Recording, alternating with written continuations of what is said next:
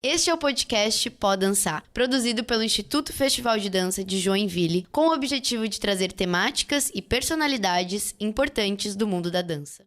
Boas-vindas ao Pó Dançar. Meu nome é Giovana Pérez, eu sou bailarina profissional e comunicadora na dança e também a host dessa edição que está super especial, que é o podcast Pó Dançar. Então vamos para o nosso próximo episódio, para que a gente não só pode dançar, mas a gente pode falar bastante, pode falar inclusive de história da dança, que é o tema que a gente vai trazer hoje com ela, que é a rainha da história da dança, a nossa maior referência no assunto hoje no Brasil. E tem também a sua principal referência profissional como bailarina no Teatro Municipal do Rio de Janeiro. Foi também primeira bailarina do Balé Guaíra e atuou como docente na Universidade Castelo Branco, nas cadeiras de História da Dança e Repertório, entre outras. Já ganhou várias premiações e sua biografia foi documentada na série de Figuras da Dança, produzida pela São Paulo Companhia de Dança, e hoje integra o projeto Mestres da Dança. Seja muito bem-vinda, Eliana Caminada. Muito que prazer. por essas palavras iniciais. Ai, lindo. Nossa, muito obrigada mesmo. É um prazer estar aqui. Prazer é todo meu, porque eu estava dizendo para Eliana que eu sou fã. Eu sou fã porque eu gosto muito de história da dança, sempre busquei estudar. E você, com certeza, é uma das maiores referências hoje no Brasil. Enfim, o que eu tinha como referência nos meus estudos, e tê-la aqui pessoalmente, vocês aí na telinha ou escutando a gente, é uma riqueza só. Obrigada por estar aqui. Muito obrigada. E aí eu já quero começar te perguntando uma pergunta simples, sabe? Como, Sim. por exemplo, por que a dança? Por que a dança para mim ou Isso. por que a dança? Por que a dança pra você na sua história? Eu não me lembro da vida sem a dança. Porque eu fui muito cedo ao teatro, meus pais adoravam. Eu fui com 3 anos e, a partir dali, do que eu me lembrava daquele espetáculo, aquilo norteou a minha vida. Eu nunca mais quis ser outra coisa. Eu queria ser aquela boneca que eu vi, que era do Balé Copélia, versão da Tatiana Lescova, que tinha um laço enorme, cor-de-rosa, no cabelo. E aquela imagem ficou na minha cabeça e eu queria, porque queria ser aquela boneca um dia. Uau, então você nunca se viu fazendo outra coisa a não ser no Não. mundo da dança? Fiz outra, quer dizer, estudei, etc, Sim, etc, sim. como todo mundo, mas o meu foco era a aula de balé, era o balé, era dançar, Tá. e me ajudou muito, inclusive. E por que te ajudou muito, inclusive? Porque o balé é uma coisa disciplinadora, é uma coisa que disciplina muito, né?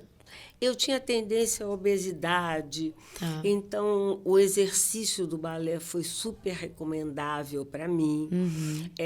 Por outro lado, essa disciplina me ajudou a fazer dieta, Entendi. a aceitar o sacrifício em nome de uma coisa que eu adorava. Que legal. E que adorei a vida inteira, né? É.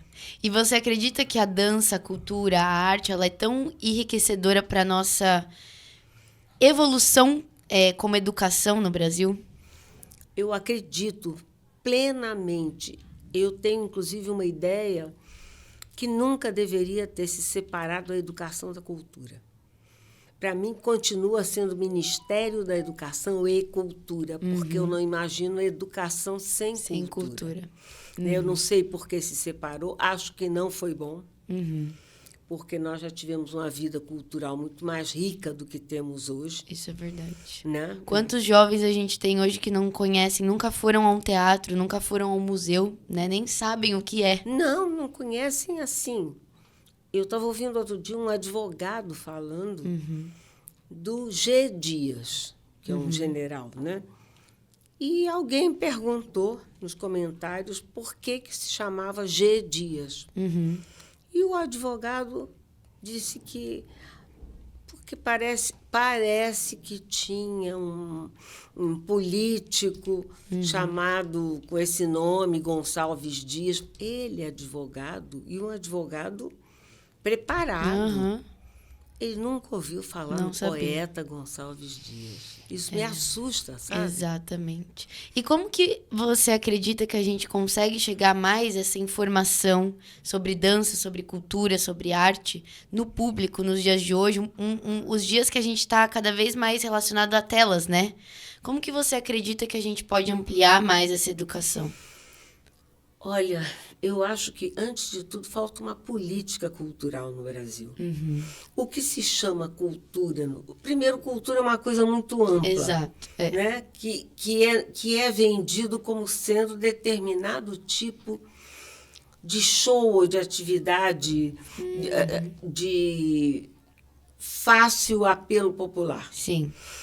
Eu acho que falta um investimento mesmo na cultura, porque eu já participei de coisas, dizem que o povo não gosta, que o povo não quer, que o povo não é sensível.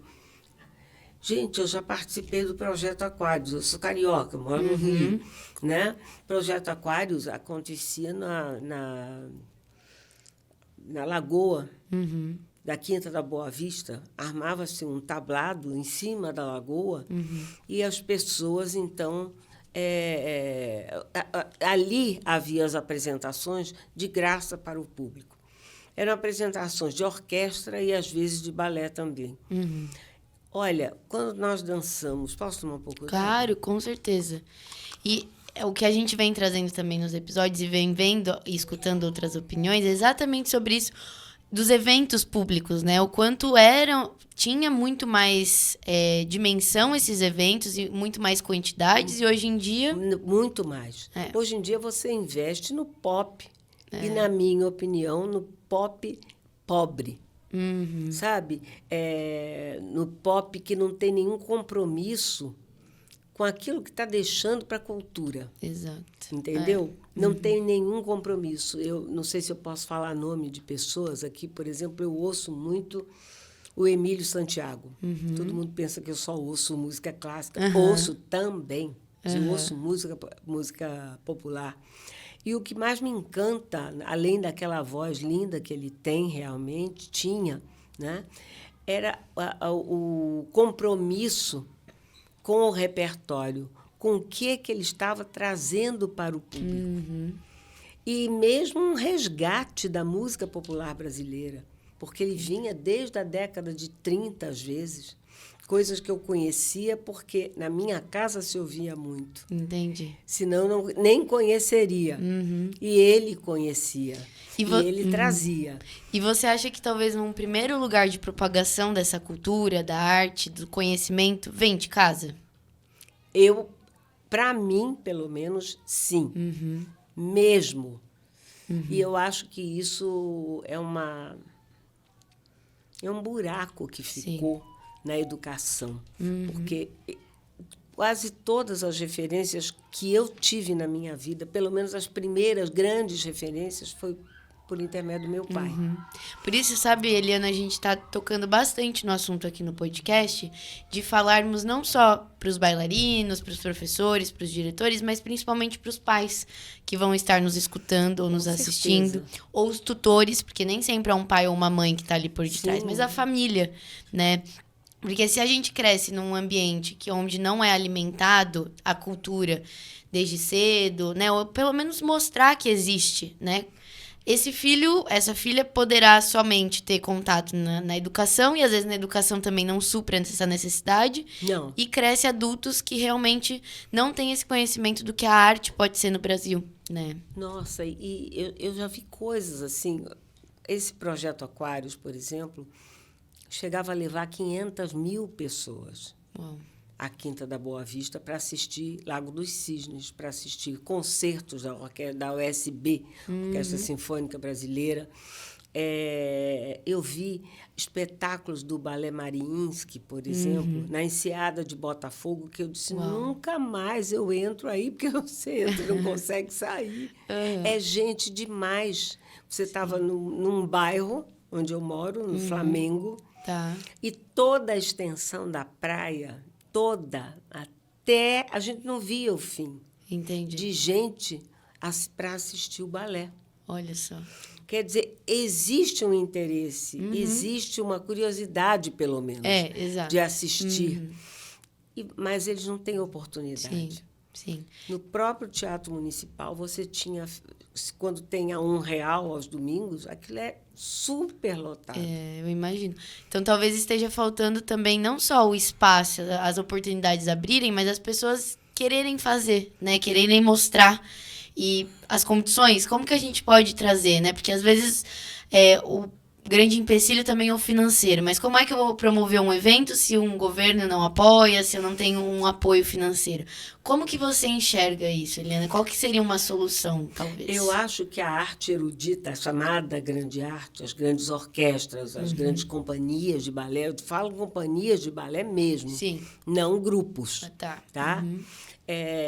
Eu acho que essa arte precisa, sim, ser patrocinada pelo governo com a iniciativa privada. Tá. Eu acho que falta no empresário brasileiro essa ideia de que arte e cultura é uma marca Exato. de valor. Que não é só futebol, né? Não é só futebol, não é só artista pop da moda no momento. Exato. Né? Eu acho que falta muito essa noção que os Estados Unidos têm, por exemplo. O empresário que investe no American Ballet Theatre é uma grife daquela empresa. Sim. Aqui não se tem essa noção, né? Eu acho, porque o governo tem que entrar. Acho que quem tem recursos, meios de chegar ao empresariado para produzir seus projetos, esse não tem que ter nada do governo. Entendi. Entendeu? Acho que quem tem já muito nome, já tem muito dinheiro para investir e correr o risco. Deixa espaço para os outros, né? Exatamente. Porque corre o risco. Sim. Sabe? Produz, se der certo, deu. Se não der certo, você perde. Parte para outra. Exato. É uma coisa que eu admiro muito no Juca de Oliveira. Ele tem uma noção muito clara do que é produzir um espetáculo. E que essa produção é que traz a qualidade. Ele diz que, por exemplo, a Lei Rouanet acabou com o teatro. É uma opinião dele que eu acho que vale a pena ser ouvida. Sim. E por que ele acredita que a Lei Rouanet acabou com os teatros? Porque ele diz que quando você está com dinheiro no bolso, tudo pago, você não tem mais compromisso com a qualidade, com o retorno do público, tanto faz, porque você já tem o dinheiro, ali já está garantido, é um caminho para, a longo prazo, você acabar com a qualidade. Isso é verdade. É entregar de uma forma responsável também, né? E cabe muito a autorresponsabilidade de quem está à frente desses projetos, quem faz o uso de fomento, né? De editais, etc. Saber como produzir da melhor forma, não só para si, né? Sim. Mas principalmente para o outro. Ele fala, eu penso numa coisa e aí eu ligo para o fulano. Fulano, eu tive essa ideia assim. Aí o fulano fica, eu vou aí para falar com você. Daqui a pouco você tem um grupo de pessoas interessadas naquilo e começam, então, a ensaiar e a pesquisar e no fim, entrega nas mãos do público o resultado daquele trabalho. E aí, é o sim, público que vai avaliar. E aí sim a missão tá feita, né? Tá cumprida. Exatamente. E aí agora conversando, né, entrando na nossa temática de história da dança, Eliana. Olha, desculpa. Não, fica à vontade, por favor. A história da dança é com certeza também um pilar muito importante dentro da dança. E o que a gente vê é que muitas das pessoas que fazem dança não se interessam, né? Nada. E o que é muito triste, porque traz um enriquecimento muito grande para as carreiras na dança, seja você bailarina, professor, diretor, coreógrafo, ensaísta, enfim. Como que você acredita que essa importância na dança para cada indivíduo pode, de fato, impactar a sua carreira? Olha,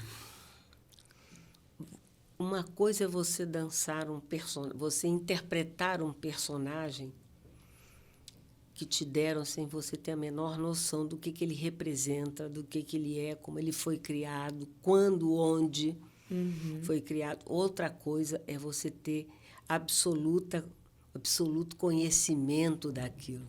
Sim. Em todos os sentidos. A própria história da dança, ela é extraordinariamente rica. Eu acho que ela daria, inclusive, uma grande contribuição à arqueologia, se eles se interessassem pela história da dança. É porque a dança é uma arte muito relegada a um segundo plano. Isso é verdade. Né? Você vê Belas Artes, não cabe dança, porque é uma arte efêmera, não é belas artes. Entendi. Literatura conhece-se bastante, tem uma divulgação enorme. As grandes obras literárias, nem tanto, mas o best-seller, pelo menos se lê. Né? A música tem uma boa repercussão, embora não seja a que devia ter, tinha que ter mais. E o teatro, que eu acho que já é um pouco abandonado, precisava mais, mas a dança é completamente relegada. Entendi. Eu até briguei com um projeto muito bom de educação, que eu acho muito bom, porque eles não falam em dança. Eles dizem, isso é um projeto de educação e não cabe a dança aí. Exato. Não tem uma pessoa aí para falar sobre dança. Não tem cabimento. Sim. Aí saí do projeto. Eu fiquei realmente... Eu cansei de falar e de pedir. Aí, quando bota uma coisa já super batida e qualquer pessoa para comentar. Isso que é a questão, né? As fontes dessas informações. Porque a questão às vezes a gente não precisa realmente, de fato, esperar um projeto, esperar algo muito grandioso, abrir uma porta ali. Tem muitas informações, tem muitos livros hoje em dia, e a rede social, a internet facilita muito, né? Muito. Mas a questão é como saber filtrar essas informações. Olha, eu não sei nem como falar em filtrar informações, porque elas não são nem procuradas. Entendi. Eu tenho um canal, por exemplo, onde eu boto lives minhas, boto filmes que não são comuns, que não são encontrados no Indicações, YouTube, né? entendeu? E você não consegue reunir 1000 pessoas ali. Você faz uma live, tem mais de uma pessoa fazendo, com conhecimento, com bagagem, mas tem 4, 5 pessoas que assistem. Enquanto tá fazendo a blogueira do momento ali, um qualquer nada, né? Exatamente. E não, cada um tem o valor ali do seu trabalho, Claro. tá tudo certo. Mas senão a gente acaba alimentando uma arte vazia, né, Eliana? Uma dança vazia. Claro, claro. Eu vejo coisas assim espantosas. Você vê meninazinhas dançando, às vezes, uma variação. Que quando você pergunta ao professor, você sabe o que ela representa para você ter escolhido essa variação para uma categoria júnior. Ela é uma fadinha. Não, ela não é uma fadinha. Ela é uma bacante. Aquilo é parte de um ritual. Entendi. Né, dionisíaco. É uma bacanal. Né? E às vezes não faz nem sentido o papel para criança, né? Para bateria. Não faz. Não deveria nem poder. Exato. Né? Ou então a menina que vem vestida de verde dançando esmeralda e acha que é a pedra. Não é a pedra, é o nome da personagem. Sim. Que é Esmeralda, né? Então, você acredita que a história da dança poderia e deveria estar muito mais relacionado à formação de um bailarino? Acho que já existe algum estúdio preocupado com isso. A escola do Bolshoi, claro, dá essa formação fantástica para eles, mas os professores, em geral, eles estão preocupados em olhar a variação que vão levar para os diversos técnica, festivais. Né? Eles não têm interesse em saber conhecer, o que está por trás.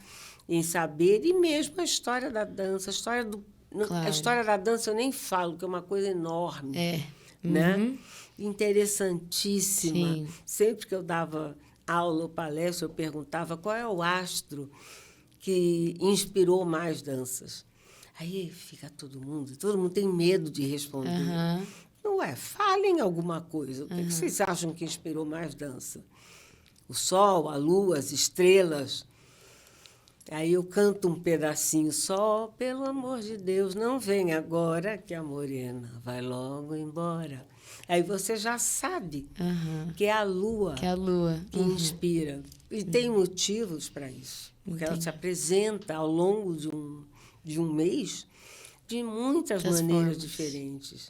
Além do mistério da noite, né? Do mistério que devia ser para o homem primitivo, aquele astro que cada dia se apresentava de uma maneira diferente. E assim por diante, tem muita coisa interessante da história da dança.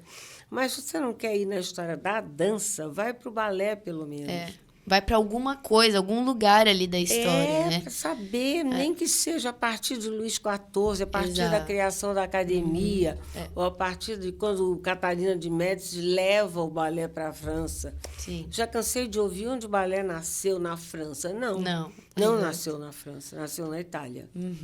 E quanto à história da dança e esses conhecimentos, eles podem trazer mais valor para a dança como um todo, mas para a dança também profissional, né? Porque quando a gente sabe falar com propriedade aquilo que a gente está dançando, aquilo que a gente está fazendo, ou aquilo que a gente está dirigindo, as pessoas vão começar a olhar a gente com outros olhos. Com certeza. De repente, por exemplo, por que a medicina ela é tão vista, né? Porque quem está lá sabe falar sobre medicina, sabe falar, né? Exato.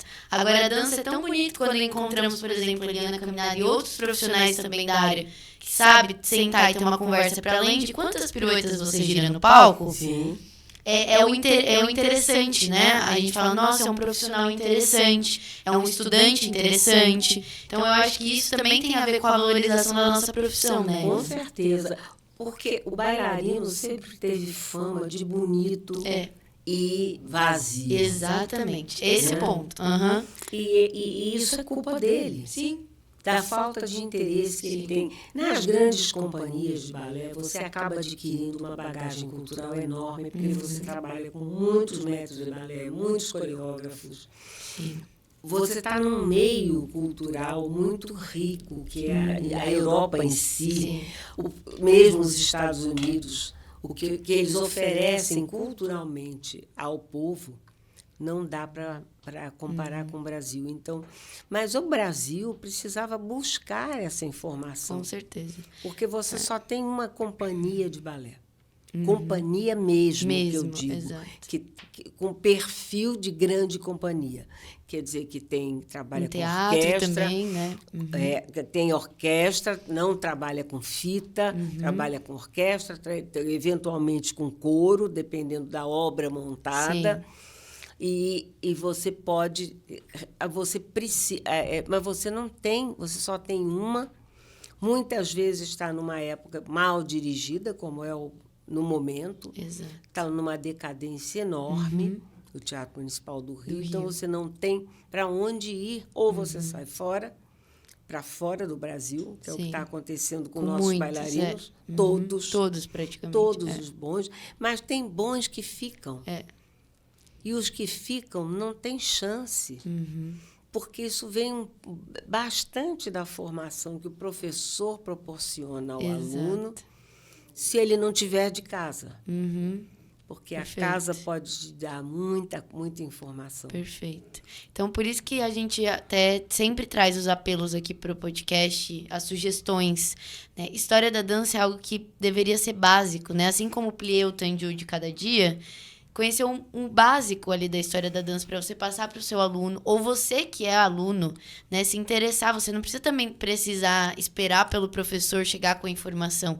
É o que a gente disse, né? Tem tanta coisa hoje já disponível na internet. E hoje é tão fascinante estudar história da dança porque você tem esses recursos. Também. Quando eu era menina, que estudava história da dança na escola de danças, na escola de dança sempre teve. Mas tudo que você tinha era livro. Sim. Que você ficava imaginando como seria o balé que a foto mostrava ali no livro. Você não tinha a menor ideia de como aquele balé era, na verdade. Né? Você só tinha a foto, você só tinha o livro e o texto. Né? Hoje, não. Você tem prazer de poder assistir aquilo. Sim. E procurar saber quem é o coreógrafo, que coreógrafo é esse, Sim. quem é Esmeralda, quem é Vitor Hugo. Aí você começa a ir longe nisso, né? Exato. Conhecer um autor literário, conhecer um coreógrafo como Roland Petit, que fez Corcunda de Notre Dame. E você começa a entender por que ela passa o pandeiro, mas, ao mesmo tempo, por que ela não pode ter olhar? Porque ela é pura, ela é só livre. Ela é livre, mas ela não está à venda. Entendi. E é muito legal porque isso eu vejo que agrega muito, né? Não só em carreiras profissionais que a gente está falando aqui, mas se o bailarino tem o mínimo conhecimento, é o que a Eliana falou, ele vai para o palco de uma outra forma, né? Com certeza. Passa uma outra mensagem. Eu lembro que, enquanto aluna da Escola do Teatro Bolshoi, eu tive Galia Kravchenko ao meu lado e que eu fui honrada em tê-la como professora, enfim, né, como mestra. E ela sempre contava, ela sentava a gente do lado dela e ela contava a história daquele balé antes da gente ir pro palco. E eu lembro que uma das vezes a gente estava ensaiando uma variação que ela não tinha ainda me contado a história, eu estava fazendo completamente outra coisa. E depois que ela me contou do porquê, né, dos detalhes, aquilo foi pro palco de uma outra forma. Então, dali me veio também muito o meu interesse por história da dança. E o que eu percebi também, Eliana, é que a história da dança tem muito a ver com a história atual da nossa dança, né? E eu quero muito que você traga, talvez, o que de fato para você tem maior conexão. Alguma coisa que aconteceu lá atrás que você vê refletindo hoje na história. Eu tenho que pensar. Porque os balés, eles são tão surpreendentes na sua história. Você pega um balé como Bayadère, por exemplo, em que Petipa repete o mesmo movimento 37 vezes.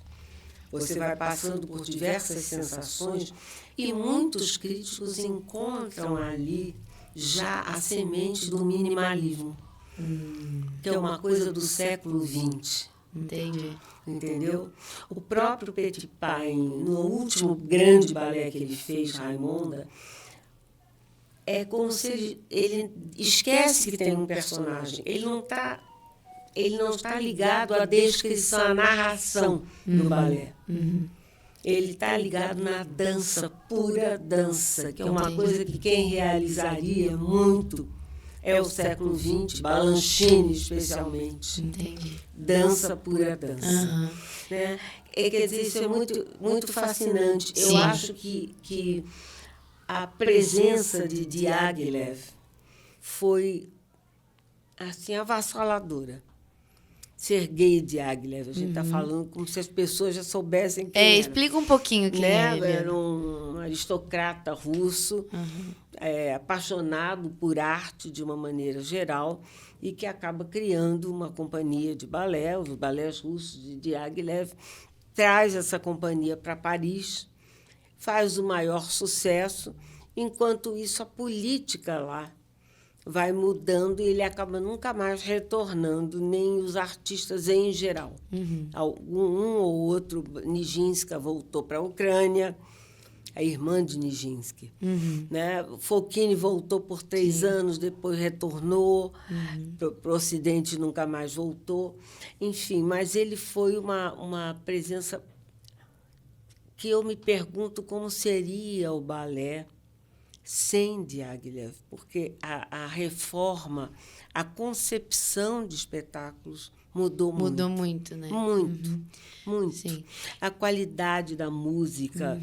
E eu vejo hoje, no balé de hoje, essa presença de Diaghilev, que a gente vê, ama, mas não se dá conta. E, no entanto, eles têm narrativas absolutamente fantásticas. Você vê, por exemplo, Mayerling. Quando eu passava Mayerling, eu perguntava sempre porque é a Casa dos Habsburgos, é sobre aquilo que ele está falando, né? O herdeiro do Império Austro-Húngaro. E eu sempre perguntava, Casa dos Habsburgos não diz nada para vocês, nada, absolutamente nada. É um balé de 1980. Quer dizer, não é um balé de início do século XX, de tão não. Antigo assim, não é. Não, o quê? Não passa.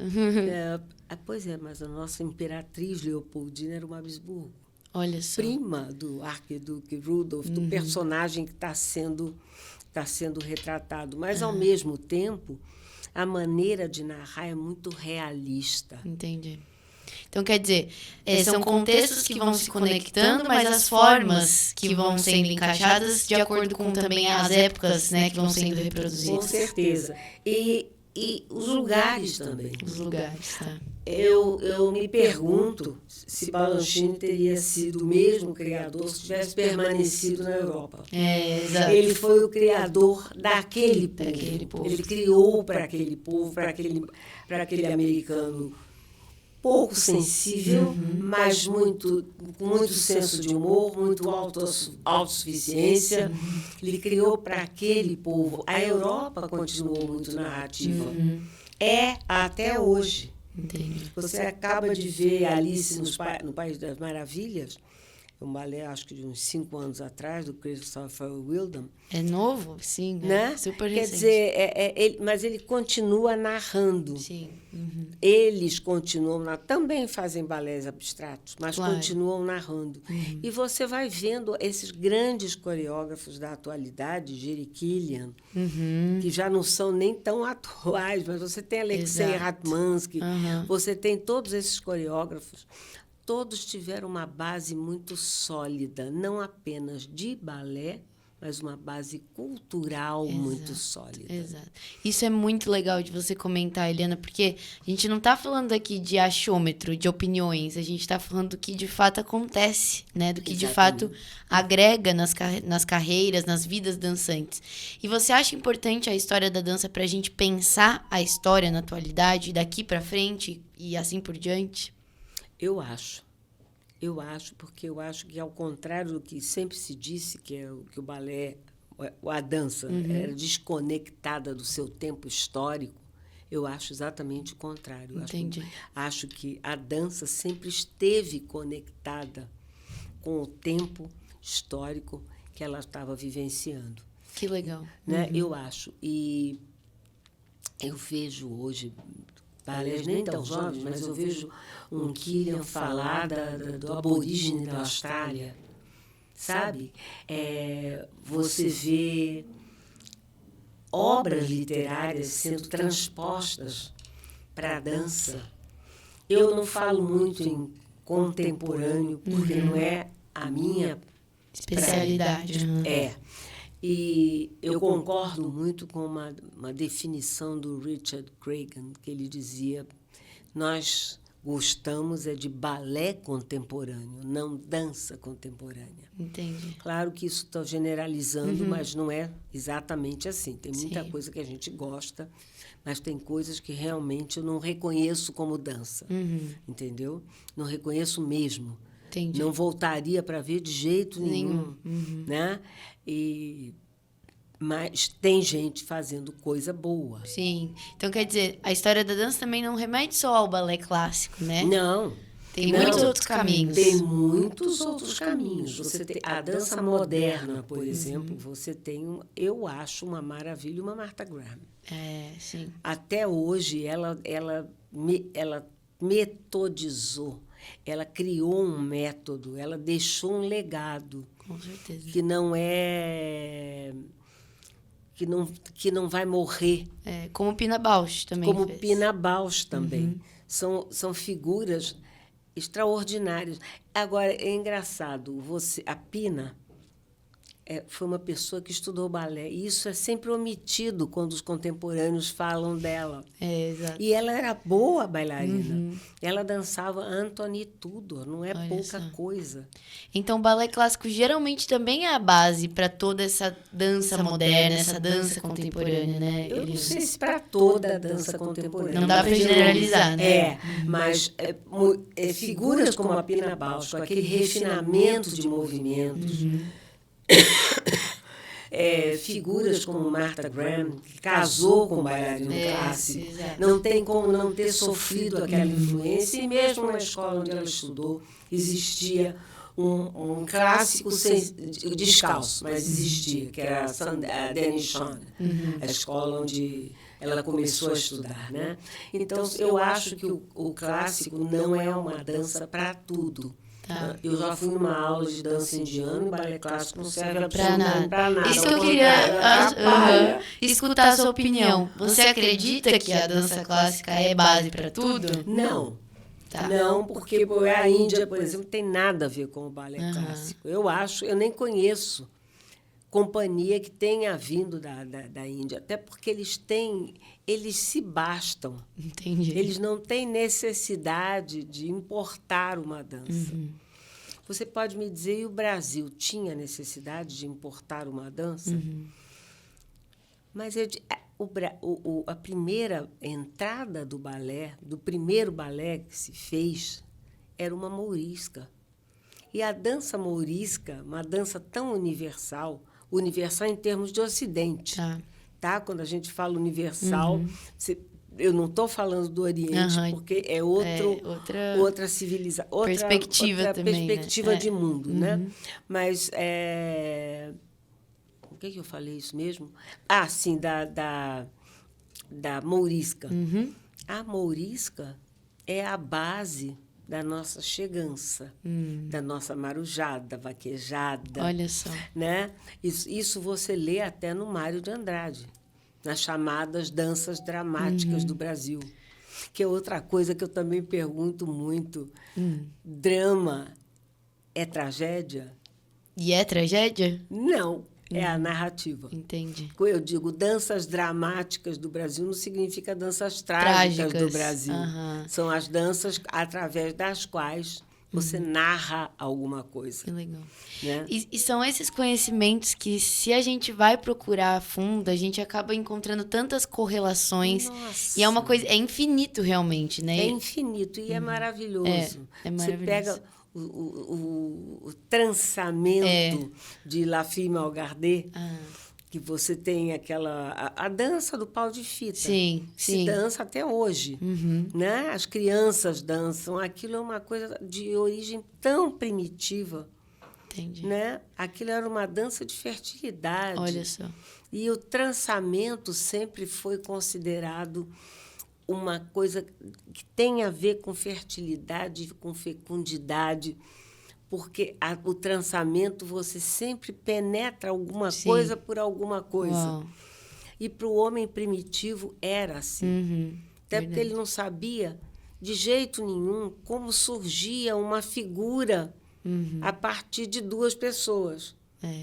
Para ele era uma figura, da mesma maneira que a arte do tear também era. Sim. Você enfia uma agulha, do outro lado você forma um desenho e a agulha sai novamente. Então, tudo isso era interpretado como sendo a mesma coisa. Entendi. Isso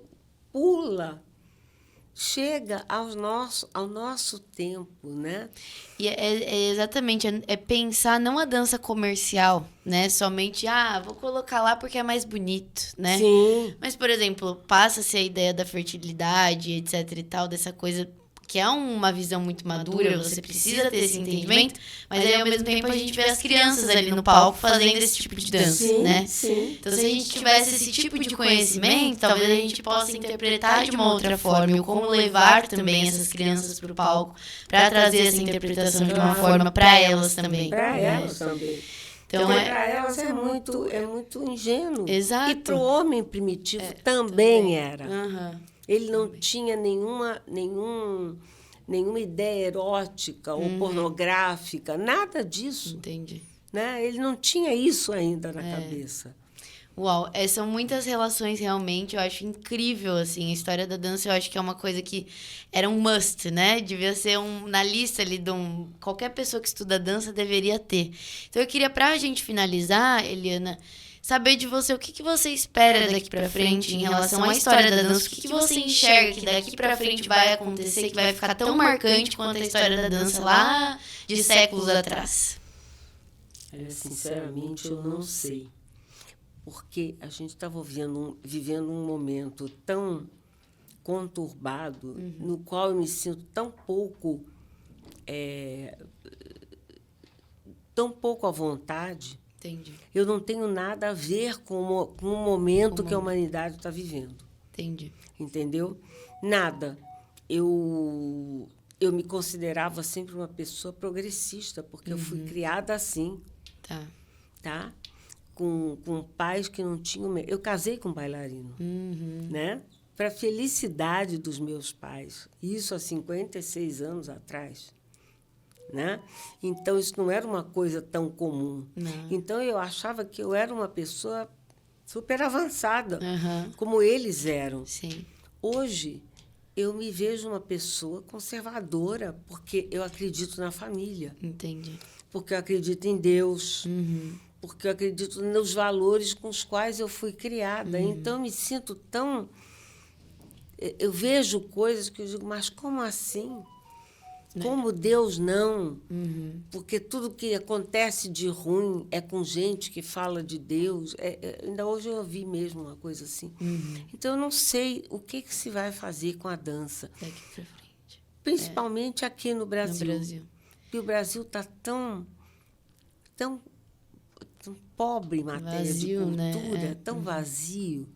Né? A gente quer muito levantar a bandeira de que existe dança no Brasil, existe arte, cultura, mas para isso a gente precisa ver as pessoas moverem, né? Claro. Nós somos peças no mundo da dança, com certeza, mas se uma pessoa só, 2 pessoas fazem, não adianta. Claro. Né?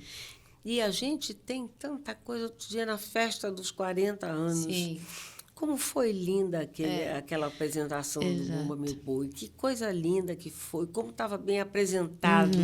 Com que capricho, né? Era um grupo daqui de Joinville. Exato. Né? Que não necessariamente também precisam ser grandes renomes para fazer marcas no mundo da dança, mas se constrói com o pequeno, né? Com aquele que tem um entendimento real do que é a essência da dança. Do que é a essência, daquilo que está fazendo. Exato. Né? Mas você não vê espaço para isso.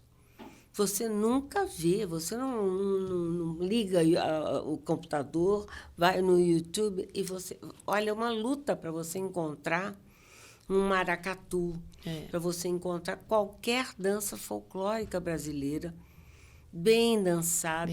É difícil. É, verdade. Sabe? No entanto, nós somos tão ricos Exato. Né? de ritmos, de danças, de tudo. Sim. Eu sou uma apaixonada pelo Brasil. Eu acho que também. o Brasil é um país... Eu acho que é o país do futuro mesmo. Com certeza. Eu acho. Então, para a gente finalizar agora de verdade, o que você deixaria de mensagem para a nova geração? Que eu acredito que a nova geração é o que pode e poderá mudar, né, esse cenário todo em relação à dança, em relação à cultura. Eu acho que a nova geração precisava buscar mais educação e cultura. Educação associado à cultura. A cultura. Não se conformar com aquilo que é apresentado para ele, para aquele pacote, aquele embrulho feito que a televisão mostra, que é a mesma coisa que o rádio toca, que é a mesma coisa que você vê no YouTube. Não. Ser um questionador é muito bom. Eu acho. Né? Eu acho que você tem que... Esquece a dança dos famosos. Exato. Sabe? Isso não vai levar a nada. Ali é o entretenimento, né? É o lugar de entretenimento. Puro entretenimento, que não deixa nada. Sabe? Eu acho que eles têm que procurar, sim, até levar para os pais de volta... É esse tipo de interesse que os pais perderam ao longo do tempo. É isso. Eu vejo em casa, inclusive, com filho, com nora. É uma luta minha particular. Exato. E é esse lugar da educação, né? Que a gente pode estar fomentando cada vez mais. Com certeza. Eliana, foi um prazer estar aqui com você. Obrigada, Eu, particularmente, estou emocionada de estar assim com você, porque você é um grande renome. Você é uma das pessoas que eu, no meu processo de formação, eu escutava tanto, e hoje tendo ela aqui na minha frente, eu falo assim, ai, que legal. E vida longa a história da dança, a informação e a educação. Muito obrigada pela sua presença e por estar aqui fomentando também esse lado educacional que a gente tem. Foi um prazer estar aqui. Não sei se eu respondi a ficou todas maravilhoso. as questões. Ficou São ótimo. questões, às vezes, difíceis. Mas perfeito. Muito obrigada pela sua participação. Obrigada a vocês. Obrigada pela participação de você que vai estar nos assistindo ou nos escutando logo mais. E lembrar que tem episódios dessa nova temporada já no YouTube e no Spotify. E a gente se vê no próximo episódio da temporada do podcast Pode Dançar. Obrigada, gente.